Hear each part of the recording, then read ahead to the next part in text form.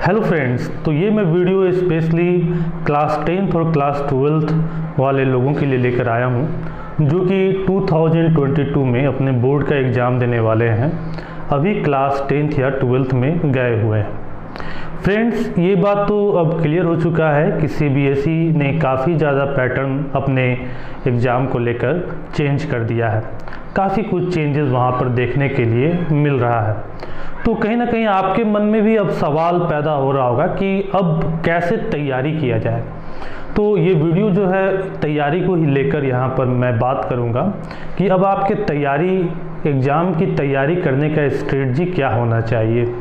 क्या उसी पुराने मेथड से चला जाए जो कि पिछले सीनियर वगैरह चल रहे थे, या फिर कुछ नया सोचना पड़ेगा। तो ये बात तो क्लियर है कि पिछले बैच में तो एग्ज़ाम नहीं हुआ। अगर एक साल पहले आप थोड़ा एक वर्ष बड़े हो गए होते, एक वर्ष पहले जन्म ले लिए होते, एक क्लास पहले आप होते, तो आपको भी एग्ज़ाम नहीं देना पड़ता। लेकिन अब इसका तो कोई उपाय तो है नहीं। अब तो आपको इसी वक्त एग्ज़ाम देना है, 2022 में ही एग्ज़ाम देना है। तो अब जो एग्ज़ाम का तरीका होगा वह बिल्कुल चेंज हो चुका है, बिल्कुल डिफरेंट हो चुका है। और CBSE कहीं ना कहीं अपने इस नोटिफिकेशन से यह बात क्लियर करना चाहती है कि वह एग्ज़ाम पक्का आपका लेगी। ठीक है, वह इस चीज़ को एश्योर करना चाह रही है कि एग्ज़ाम बिल्कुल हो। ठीक है, क्योंकि उसको भी कहीं ना कहीं पछतावा है ये लास्ट ईयर वाले बैचेस को लेकर, जो कि अभी निकला, उसको लेकर पछतावा है कि उनका बिना एग्ज़ाम लिए हुए ही उनको रिजल्ट देना पड़ रहा है या प्रमोट देना पड़ रहा है। तो CBSE को कहीं ना कहीं इस बात को लेकर काफ़ी ज़्यादा पछतावा है। तो वह अब इस सिस्टम से, जो कि सिस्टम आप लोगों के लिए अप्लाई कर दिया है उन्होंने, इस सिस्टम से वह इस बात को पक्का कर रहे हैं कि एग्ज़ाम तो आपके होने ही वाले हैं। ठीक है, तो अगर आपने नोटिफिकेशन, आपके स्कूल वालों ने नोटिफिकेशन के बारे में जानकारी आपको दी होगी, और अगर आपको जानकारी नहीं है या कहीं पर कोई कन्फ्यूजन है, तो चलिए मैं फटाफट उसका एक सिनॉप्सिस कर देता हूँ, एक समरी करके मैं आपको बता देता हूँ तेज़ी में, और साथ में हम लोग इस बात को भी लेकर डिस्कशन करेंगे कि तैयारी कैसे की जाए। तो चलिए सबसे पहले हम लोग देख लेते हैं कि क्या क्या CBSE ने, जो CBSE बोर्ड है, उसने क्या क्या नोटिफिकेशन जारी किया है और वह अपनी नोटिफिकेशन में क्या बात कहना चाह रहा है, इसको हम लोग थोड़ा सबसे पहले शॉर्टकट में देख लेते हैं। तो देखेंगे, सबसे पहला जो नोटिफिकेशन आया था अप्रैल के महीने में आया था। देखिए क्या इस नोटिफिकेशन में बात कही गई थी। ये 22/4 को ये नोटिफिकेशन आया था। ठीक है, अप्रैल के महीने में ये नोटिस आया था। इस नोटिस को हम लोग शॉर्टकट में देख लेते हैं कि इन्होंने शॉर्टकट में कहा था कि इनके जो एग्ज़ाम के अब पैटर्न होंगे उसमें 30% मिनिमम क्वेश्चन कॉम्पिटेंसी बेस्ड पूछे जाएंगे। ठीक है, 30% मिनिमम क्वेश्चन जो है वह कॉम्पिटेंसी बेस्ड पूछे जाएंगे। तो कॉम्पिटेंसी बेस्ड का मतलब तो आपको कुछ क्लियर ही होगा, कंपटीशन पॉइंट ऑफ व्यू से यहाँ पर वह कह रहे हैं। ठीक है, और 20% क्वेश्चन जो है वह ऑब्जेक्टिव क्वेश्चन होंगे और 50% जो है वह शॉर्ट आंसर और लॉन्ग क्वेश्चन होंगे। देखिए ये अप्रैल के महीने में ये बात बोले थे। ओके, और फिर जो नया नोटिफिकेशन वह जारी किए हैं अभी के महीने में, उसमें थोड़ा सा बातें चेंज हो गई हैं। ठीक है, तो हम लोग पहले इसको भी देख लेते हैं, लेकिन दोनों बात जो है वह कहीं ना कहीं एक दूसरे से रिलेवेंट है। तो ये तो उन्होंने क्लास 9-10th को लेकर बोला था, और सेम बातें उन्होंने 11-12th को भी लेकर बोला था कि 11-12th में थोड़ा सा वेटेज इन्होंने कम रखा था। बोला था कि 20% कॉम्पिटेंसी बेस्ड क्वेश्चन रहेंगे और ऑब्जेक्टिव क्वेश्चन भी 20% रहेंगे और 60% जो है वह शॉर्ट आंसर क्वेश्चन रहेंगे। तो ये बात तो उन्होंने अप्रैल के महीने में बोली। अब हम लोग चलिए देख लेते हैं कि इस वक्त जो नोटिस आया है उस नोटिस में वह क्या बात कर रहे हैं। तो देखेंगे कि 5 जुलाई को इनका फिर से एक नोटिस इन्होंने जारी किया, और 5 जुलाई के नोटिस में जो ये बातें बोल रहे हैं, तो इन्होंने वह कॉम्पिटेंसी बेस्ड तो इन्होंने सिस्टम को रखा ही है, लेकिन कॉम्पिटेंसी बेस्ड सिस्टम के बाद इन्होंने अब बोल दिया है कि 2 टर्म में अब एग्जाम होंगे। ठीक है, अब यहाँ पर ये नया चीज़ लेकर आ गए हैं कि कह रहे हैं 2 टर्म में एग्जाम होंगे और सिलेबस जो है वह 50-50% से डिवाइड कर दिया जाएगा। ओके, तो ये बात तो बोल ही रहे हैं, साथ में ये भी बात बोल रहे हैं कि इसका सिलेबस जो है वो अभी रैशनलाइज किया जाएगा। ठीक है, अभी उसमें कुछ सुधार भी किया जाएगा। तो ये एक और नोटिफिकेशन आना बाकी है, तो हम लोग जल्द ही एक और नोटिफिकेशन भी देखेंगे जो कि सिलेबस को लेकर चर्चा किया गया होगा। तो सिलेबस में भी कुछ चीज़ें जो हैं वो हम लोगों को देखने के लिए मिलेगा, कुछ सिलेबस जो है वह कम किया जाएगा। साथ में ये सभी बातें तो बोली ही गई हैं कि इंटरनल असेसमेंट और प्रैक्टिकल वगैरह को लेकर वह सारे बातें इंपॉर्टेंस यहाँ पर दर्शाए गए हैं। ठीक है, तो अब इनका कहना है कि 2 सेमेस्टर में एग्जाम होगा और 2 सेमेस्टर में पहले सेमेस्टर में जो एग्जाम होगा वह ऑब्जेक्टिव टाइप क्वेश्चन होगा। ठीक है, वो एग्जाम नवंबर से दिसंबर तक करा लिया जाएगा और उसका सेंटर जो है वो आपके स्कूल में ही रहेगा, बाहर से एक्सटर्नल आएंगे और उनके देख रेख में वह एग्जाम होगा। तो ये एक बात तो यह कह रहे हैं। दूसरी बात कह रहे हैं कि फिर मार्च अप्रैल में सेकेंड टर्म का एग्जाम होगा। ठीक है, 50-50% का सिलेबस ये लोग जो है वह डिवाइड कर देंगे। तो मान लीजिए कि मार्च में जो एग्जाम होगा सेकेंड टर्म का, उसमें ये कह रहे हैं कि हम हर एक तरह का सवाल पूछेंगे, ऑब्जेक्टिव भी पूछेंगे और सब्जेक्टिव भी पूछेंगे। ठीक है, दोनों तरह का सवाल ये पूछेंगे। और साथ में यह भी कह रहे हैं कि मान लीजिए कि अगर पहला वाला टर्म का एग्जाम अगर नहीं हो पा रहा है स्कूल में, तो उसको आप अपने मोबाइल से भी घर पर रहकर भी दे पाएंगे। ठीक है, और अगर नहीं, बिल्कुल नहीं हो पाएगा तो फिर सेकंड वाले के एग्जाम अगर हो जाता है तो उसके नंबर के बेसिस पर कर देंगे। ये भी बात यह कह रहे हैं कि अगर पहला वाला एग्जाम हो गया और दूसरा वाला एग्जाम नहीं हुआ तो पहले वाले एग्जाम के बेसिस पर नंबर जो है वह कर देंगे। साथ में यह भी बात बोल रहे हैं कि अगर पहला एग्जाम आपका घर पर हुआ तो उसका वेटेज कम कर देंगे। ठीक है, तो काफ़ी सारी बातें जो है, इंफॉर्मेशन जो है यहाँ पर निकल कर आ रही हैं। ठीक है, काफ़ी बातें यहाँ पर निकल कर आ रही हैं। आपने नोटिफिकेशन आपने देखा होगा, आपके स्कूल वाले ने आपको बताया होगा। तो कुल मिलाकर यहाँ पर जो मेन बातें निकलती हैं कि आखिर अब बात हम लोग तैयारी किस प्रकार से करें। ठीक है, तो सबसे मेन बात जो यहाँ पर आती है कि अब आखिर तैयारी किस प्रकार से की जाए। तो देखिए, ये बात तो तय है कि अब नए नोटिफिकेशन के अनुसार 2 एग्जाम होगा। ठीक है, पहला टर्म और दूसरा टर्म ले लें। ठीक है, दोनों में 50-50% का सिलेबस कर दिया जाएगा। तो जायज़ बात है, सेकेंड टर्म जो होने वाला है वो तो बहुत ही ज़्यादा टफ होने वाला है, बहुत ही लेंदी होने वाला है, लेकिन इसमें भी वह MCQ क्वेश्चन पूछेंगे।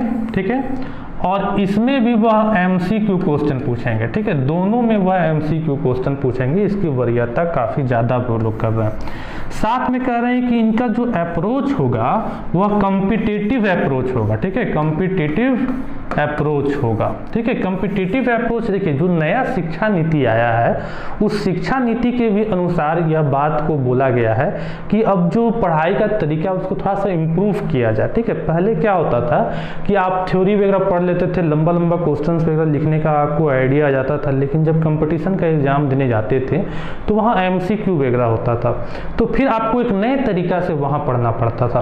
तो अगर कॉम्पिटिटिव पॉइंट ऑफ व्यू ये लोग लेकर चल रहे हैं तो इसका मतलब क्लियर है कि अब MCQ की ये लोग बहुत ही ज़्यादा प्रधानता देने वाले हैं। ठीक है, MCQ मल्टीपल चॉइस क्वेश्चन की ये लोग बहुत ही ज़्यादा प्रधानता देने वाले हैं।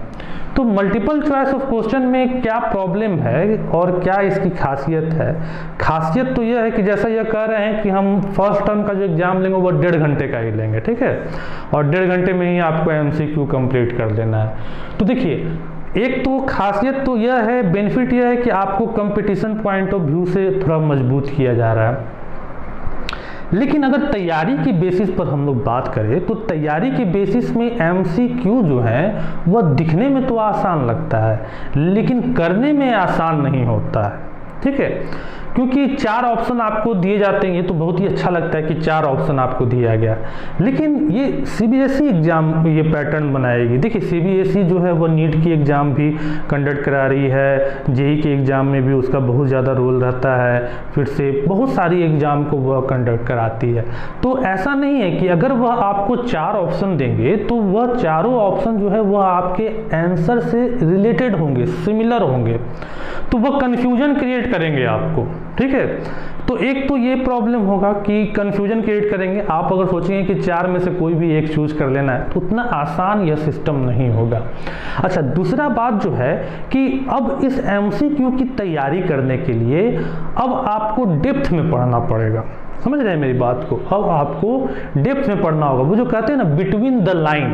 ठीक है, तो बिटवीन द लाइन जाकर आपको पढ़ना पड़ेगा। और ये लोग और भी ये बात बोल रहे हैं कि प्रैक्टिकल टाइप जो क्वेश्चन है, जो कि मतलब रियल टाइम क्वेश्चन है, उस तरह के क्वेश्चन को ये लोग ज़्यादा प्राथमिकता देंगे। जैसे कि इलेक्ट्रिसिटी चैप्टर में ही ले लेते हैं, तो इलेक्ट्रिसिटी चैप्टर में पहले तो आप उसका थ्योरी वगैरह पढ़ते थे कि करंट का डिफिनेशन पढ़ लिए, रट लिए, जाकर एग्जाम में दे दिए। लेकिन अब यह ऐसा नहीं कह रहे हैं, अब यह कह रहे हैं कि हम कॉम्पिटिटिव पॉइंट ऑफ व्यू से क्वेश्चन पूछेंगे। तो देखिए 12th वालों के लिए अगर कॉम्पिटिटिव पॉइंट ऑफ व्यू से हम बात करें तो यानी कि इसका मतलब बन जाता है कि वह कुछ क्वेश्चन जेईई और नीट के लेवल का जरूर डालेंगे। 10th के पॉइंट ऑफ व्यू से अगर हम बात करें तो इसका मतलब है कि जनरल कंपटीशन जो कि जॉब वगैरह से रिलेटेड होता है, उनसे लगा हुआ क्वेश्चन ये लोग जरूर डालेंगे। ठीक है, तो रियल टाइम क्वेश्चन की अगर हम बात करें तो रियल टाइम क्वेश्चन में कैसे हमारा आता है कि मान लीजिए कि कोई एक घर है, इलेक्ट्रिसिटी चैप्टर से हम बात करें, मान लीजिए कोई एक घर है और उस घर में पंखा है, बल्ब है, टीवी है ना, और वो सभी इस तरीके का वाट खर्चा करता है और पर यूनिट इलेक्ट्रिसिटी का इतना रुपए आता है, बिल है, तो आपको बताना है कि टोटल उसका मंथ में कितना खर्च होगा। तो देखिए इस तरह का क्वेश्चन जो है वो प्रैक्टिकल टाइप क्वेश्चन बन जाता है। तो आपको अब इसके लिए क्या करने होंगे, आपको इसके लिए अब कंसेप्ट अपने बिल्ड करने होंगे। अब आपका जो 10 ईयर वाला जो क्वेश्चन था, प्रीवियस ईयर क्वेश्चन आप पढ़ के चले जाते थे एग्जाम में, पूरा लड़ जाता था, लगभग 70-80% लड़ जाता था, तो अब वह 70-80% जो है वो यहाँ पर नहीं लड़ेगा। ठीक है, अब बिल्कुल पैटर्न चेंज हो गया है। तो अब प्रीवियस ईयर का पेपर जो आप लगाना है उसको अब मतलब ज़्यादा तरजीह मत दीजिए, पढ़िए, जो भी सब कुछ पढ़ना बहुत ज़रूरी है, लेकिन उसको बहुत ज़्यादा आप लेकर नहीं चलिए। समझ रहे हैं मेरी बात को? तो अब जो है आपको नए तरीका से सोचना होगा, क्योंकि नया तरीका से यहाँ पर पैटर्न को लेकर आया गया है। अच्छा, अब एक और बात को यहाँ पर समझना है कि कॉम्पिटिटिव, आपको कंपटीशन के लायक वह बनाना चाह रहे हैं। तो अगर एग्जाम के लेवल के अनुसार हम देखें तो 60% क्वेश्चन जो है वह जनरली इजी रहेंगे और 20 से 30% क्वेश्चन जो है वो मॉडरेट रहेंगे। लेकिन 10% क्वेश्चन, अगर मैं क्लास 12 का एग्जाम्पल लेकर बोलूं तो 10% क्वेश्चन जो अब आपके एग्जाम में आने वाले हैं वह नीट और जेईई के लेवल के आने वाले हैं। ठीक है, फिर से गौर से सुन लीजिए, ये बात को आप गांठ बांध लीजिए। 90% से ऊपर नंबर लाने के लिए अब आपको, अगर 12th की एग्जाम्पल लूँ तो नीट और जेईई लेवल की तैयारी आपको करनी पड़ेगी। यानी कि आपको अपना स्टैंडर्ड बढ़ाना पड़ेगा, क्योंकि आपको अब लिखने वाले, बड़े बड़े लिखने वाले क्वेश्चन कम आएंगे। ठीक है, एसरेशन के क्वेश्चन, फिर से एसरेशन, कंक्लूजन एंड एसरेशन वाले क्वेश्चन, इस तरह के क्वेश्चन की अब आपको बहुत ज़्यादा भरमार दिखेगी। तो अब आपको अपना तैयारी का जो तरीका है उसको बिल्कुल बदल देना होगा और अब एकदम कंसेप्ट में जाकर पढ़ना होगा। जो पहले आप शॉर्ट नोट्स वगैरह पढ़कर निकल जाते थे, अब वह काम आपको बिल्कुल नहीं करना होगा और अब बिल्कुल डेप्थ में आपको पढ़ना होगा। ज़्यादा से ज़्यादा चीज़ें आपको पढ़नी होगी और समझना होगा। ठीक है, याद नहीं करना होगा। तो एक तरीके से कहा जाए तो ये आप लोगों के लिए थोड़ा सा दर्द देने वाला है, लेकिन आप लोगों के फ्यूचर के लिए यह बहुत ही अच्छा है, क्योंकि यह अब आप लोगों के इम्प्रूवमेंट, रियल टाइम इम्प्रूवमेंट लेकर आएगा। लेकिन मेहनत आपको बहुत ज़्यादा यह सिस्टम जो है वह कराने वाला है। तो आई होप कि आप इस बात को समझ रहे होंगे और मेरे बताए हुए बातों को आप अच्छी तरह से समझने की कोशिश कर रहे होंगे। मैंने भी इस YouTube चैनल पर काफ़ी सारे वीडियोस जो हैं आपके लिए रिलेटेड डाल दिए हैं। अब मैं भी थोड़ा सा चेंजेस कर नए पैटर्न के हिसाब से वीडियोस लाने वाला हूं। MCQ से रिलेटेड मैं वीडियोस का सीरीज चलाने वाला हूं। 10th के भी वीडियो मैंने डाले हैं, 12th के भी वीडियो मेरे काफ़ी सारे आप इस चैनल पर देख सकते हैं। अब मैं MCQ का भी सीरीज चलाने वाला हूं। तो MCQ आपको ज़्यादा से ज़्यादा आपको प्रैक्टिस करना है, इस बात का आप ध्यान रखेंगे। MCQ में आप जितना बेहतर कर पाएंगे, जितना ज़्यादा क्वेश्चन आप बना पाएंगे, तो उतनी ही ज़्यादा आपके थिंकिंग, आपके कंसेप्ट के क्लियर होने का यह गारंटी बोलेगा। ठीक है, कि आपका कंसेप्ट जो है वह क्लियर है, तभी आप MCQ क्वेश्चन जो है वह सही ढंग से लगा पाएंगे। अब MCQ क्वेश्चन लगाने का अब आपके पास क्या तरीका है? एक तो आपको कंसेप्ट पढ़ना ही है, दूसरा आपको प्रैक्टिस बहुत ही ज़्यादा करना पड़ेगा, जो कि आपके अभी बुक में अवेलेबल नहीं है। ज़्यादा नंबर ऑफ क्वेश्चंस अवेलेबल नहीं है, तो आपको बहुत ही ज़्यादा प्रैक्टिस करना होगा, क्योंकि अगर आप जितना ज़्यादा प्रैक्टिस करेंगे MCQ बनाने के दरमियान आपको उतना ही कम कंफ्यूजन होगा और उतने ही फास्ट तरीके से आप आंसर को निकाल पाएंगे, क्योंकि 4 जो ऑप्शन होने वाला है वह तो कंफ्यूजिंग ऑप्शन होने वाला है। तो जितना ज़्यादा प्रैक्टिस होगा, जितना ज़्यादा कंसेप्ट क्लियर होगा, उतना तेज गति से आप, उतना परफेक्ट तरीके से आंसर का एनालिसिस आप कर पाएंगे। ठीक है, वरना मैं ये बात साफ तौर पर कह देना चाहता हूं कि अब एग्जाम CBSE यह बात कंफर्म करना चाहती है कि वह लेगी, और इस पैटर्न में अगर एग्जाम लेगी तो मैं बिल्कुल कंफर्म करना चाहता हूं कि वह टफ पढ़ने वाला है, क्योंकि एक तो यह पहली बार यह पैटर्न लागू होने वाला है, और दूसरा जो रोट मेथड लर्निंग था, यानी कि रट्टू वाला मेथड लर्निंग था, अब वह मेथड खत्म होने वाला है। तो अब कंसेप्ट पर आपको चलना पड़ेगा। तो अब शॉर्टकट वाला जो बात था वह कहीं से भी अब आपके साथ अब नहीं अप्लाई होने वाला है। तो फ्रेंड्स, तैयार हो जाइए, अपने बोर्ड की एग्ज़ाम के प्रिपरेशन जो है वह बिल्कुल अच्छे तरीके से कीजिए। सिलेबस की आप इंतज़ार नहीं कीजिए। सिलेबस में क्या होगा, 20% की कटौती की जाएगी, ज़्यादा कटौती नहीं की जाएगी। 20 से 30% का सिलेबस काटा जाएगा। कुछ अनवांटेड, मतलब जिनका वेटेज ज़्यादा नहीं है उन्हीं चीज़ों को काटा जाएगा, लेकिन जिनका वेटेज ज़्यादा है ना, जो टॉपिक इंपॉर्टेंट हैं, जो टॉपिक मेन टॉपिक हैं, कंसेप्चुअल टॉपिक हैं, वो टॉपिक तो रहेंगे ही रहेंगे सिलेबस में। ठीक है, तो अगर आपको ये मेरी बातें पसंद आई तो वीडियो को लाइक ज़रूर कीजिएगा, और अगर चैनल पर नए हैं तो सब्सक्राइब कर लीजिए, क्योंकि मैं अब सीरीज लाने वाला हूँ MCQ का, आपके एग्ज़ाम के पैटर्न को लेकर, नए एग्ज़ाम के ट्रेंड को लेकर, रियल टाइम कुछ क्वेश्चंस वगैरह को लेकर मैं सीरीज लगातार अब मैं लाऊंगा आपके 10th एग्ज़ाम के लिए, 12th एग्ज़ाम के लिए, जो आपके एग्ज़ाम के पॉइंट ऑफ व्यू से बहुत ही ज़्यादा इम्पॉर्टेंट होंगे। तो कंसेप्ट पढ़ते ही रहना है, ठीक है। और अब थोड़ा सा कॉम्पिटिटिव अप्रोच से भी अब आपको तैयारी शुरू कर देनी है। देखिए, अब इस तरीके से तैयारी अगर आप शुरू कर देंगे ना, तो मैं आपको ये बात दावे के साथ कहता हूँ कि आप अपने बोर्ड के एग्ज़ाम के साथ साथ कंपटीशन भी निकाल लेंगे। 12th का एग्ज़ाम आप पास करते करते JEE भी निकाल लेंगे, नीट भी निकाल लेंगे। ठीक है, तो तैयारी करते रहेंगे, पढ़ाई शुरू कर देंगे, सिलेबस का इंतज़ार नहीं कीजिएगा। ठीक है, कंसेप्ट के आधार पर पढ़ना शुरू कर दीजिए, समझदारी बढ़ाइए, चीज़ों को समझिए ज़्यादा। ठीक है, और MCQ ज़्यादा से ज़्यादा लगाइए, और हमारे चैनल पर बने रहिए कि आपको आपके एग्ज़ाम से रिलेटेड कंटेंट हमेशा मिलते रहें। और मैं आशा करता हूं, मैं कामना करूंगा कि आप अपने आने वाले एग्ज़ाम में अच्छे नंबर से पास करें। तो फिर मिलेंगे एक नए वीडियो के साथ, तब तक के लिए थैंक्स, बाय बाय।